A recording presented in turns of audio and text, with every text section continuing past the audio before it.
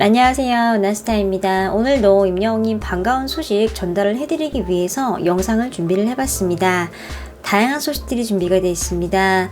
오늘 드디어 더 팩트 뮤직 어워즈가 이제 하는 날이죠. 또 신사와 아가씨도 하는 날이고요. 좀 기쁨의 토요일이 아닌가 싶습니다. 반가운 소식이 있습니다. 이제 임영웅님이 유희열의 스케치북에서 이제 언급이 됐어요. 은하스타가 소개를 해드렸는데요. 이 외에도 이제 임영웅님의 군 시절 얘기가 있습니다. 같이 전달해드리겠습니다. 바로 시작하겠습니다. 은하스타 영상에 구독과 좋아요, 알람 설정 부탁드립니다. 굉장한 소식입니다. 이제 임영웅님의 기다려줘가 네이버 TV 1위에 재등극을 하는 파워를 보였습니다. 말 그대로 재등극이에요. 내려갔다가 다시 올라온 겁니다. 이렇게 기사를 보면요, 네이버 TV 기다려줘 이렇게 적혀 있습니다. 임영웅님 앉아서 노래 부르는 모습 그대로 적혀 있고요. 사랑의 콜센터 73회 사랑의 콜센터가 4월 20일 날 이제 시작을 해서 2021년 9월 30일에 끝이 났죠. 1년 반 정도 이제 열심히 노력을 해준 임영웅님과 트롯맨들이에요. 내용을 좀 보면요, 기다려줘 같은 경우는 이제 1일 오전 3시부터 4시 기준으로 네이버 TV 톱 100에서 1위를 차지를 했습니다. 이어서 잠시 1위를 내줬어요. 그러다가 이제 이날 오후 3시부터 4시까지 다시 이제 1위를 기록을 했어요. 임영웅님이 사랑의 콜센터 마지막 회에서 굉장히 좋은 말을 했죠. 노래도 그렇고 예능도 그렇고 나에게는 선생님 학교였습니다. 가장 큰 부분은 시청자들의 사랑입니다. 이렇게 얘기를 했어요. 매 순간 사랑의 콜센터에서 최선을 다했던 임영웅님이죠. 사진 좀 같이 보겠습니다. 이게 이제 임영웅님 기다려줘 노래 부르는 모습이에요. 이제 한 컷 한 컷이 다 명장면인 것 같습니다. 사진 보면 표정 보세요. 지금 굉장히 최선을 다하는 모습이죠.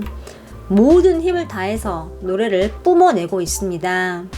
이렇게 열심히 노래를 하니까 사람들이 마음에 울림을 받을 수밖에 없는 거죠. 감성 장인의 모습입니다, 여러분. 사랑의 콜센터가 끝이 났습니다. 이제 그동안 임영웅님과 트롯맨들이 보여준 노래가 어마어마하죠.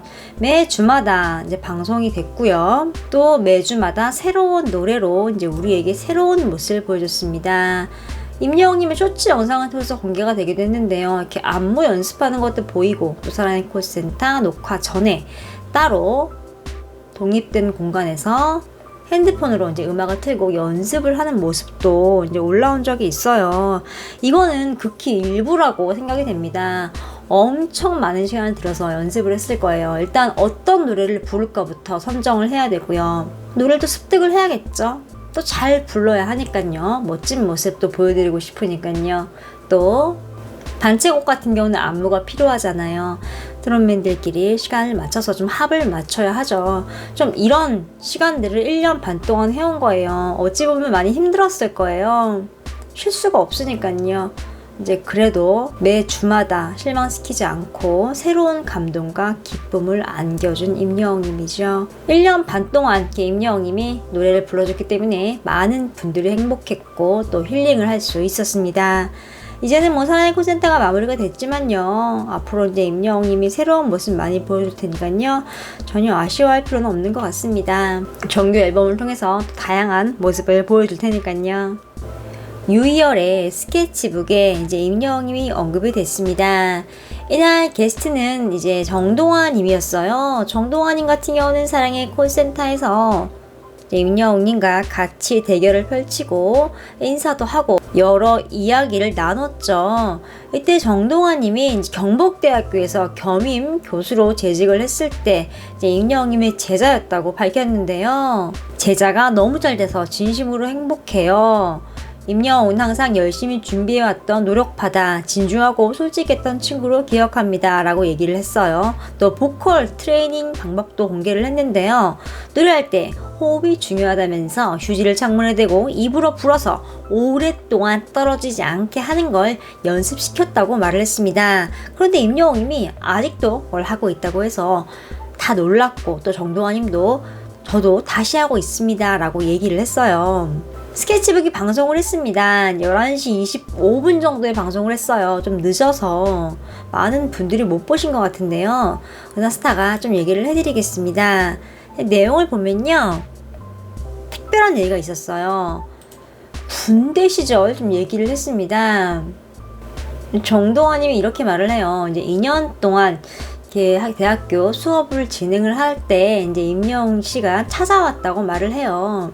유희열 씨가 먼저 말을 합니다. 진행하던 프로그램에 임영웅 씨가 찾아왔었나요?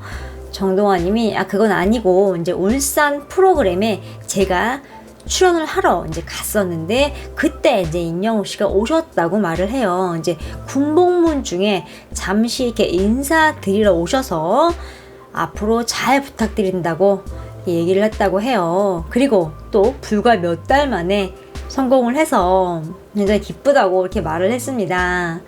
이 말을 하고 막 웃어요. 이제 임영웅님이 그렇게 말을 하고 불과 몇 달 후에 성공을 하게 돼서, 그러자 이제 유희열님이요, 정리를 좀 해줍니다. 이제 대학교 선생님이니까 트로트 가수로 다시 시작하려고 한다라고 이렇게 인사를 드리러 갔나 봐요. 이렇게 얘기를 해요.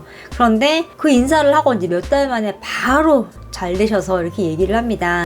정동환님이 이런 말을 합니다. 임영웅 씨가 저에게 찾아와서 잘 부탁드린다고 하길래 그런데 고민할 여지도 없이 바로 잘 돼서 너무나도 기쁩니다. 이렇게 웃어요. 그러면서 항상 응원하겠습니다 라고 이렇게 말을 합니다.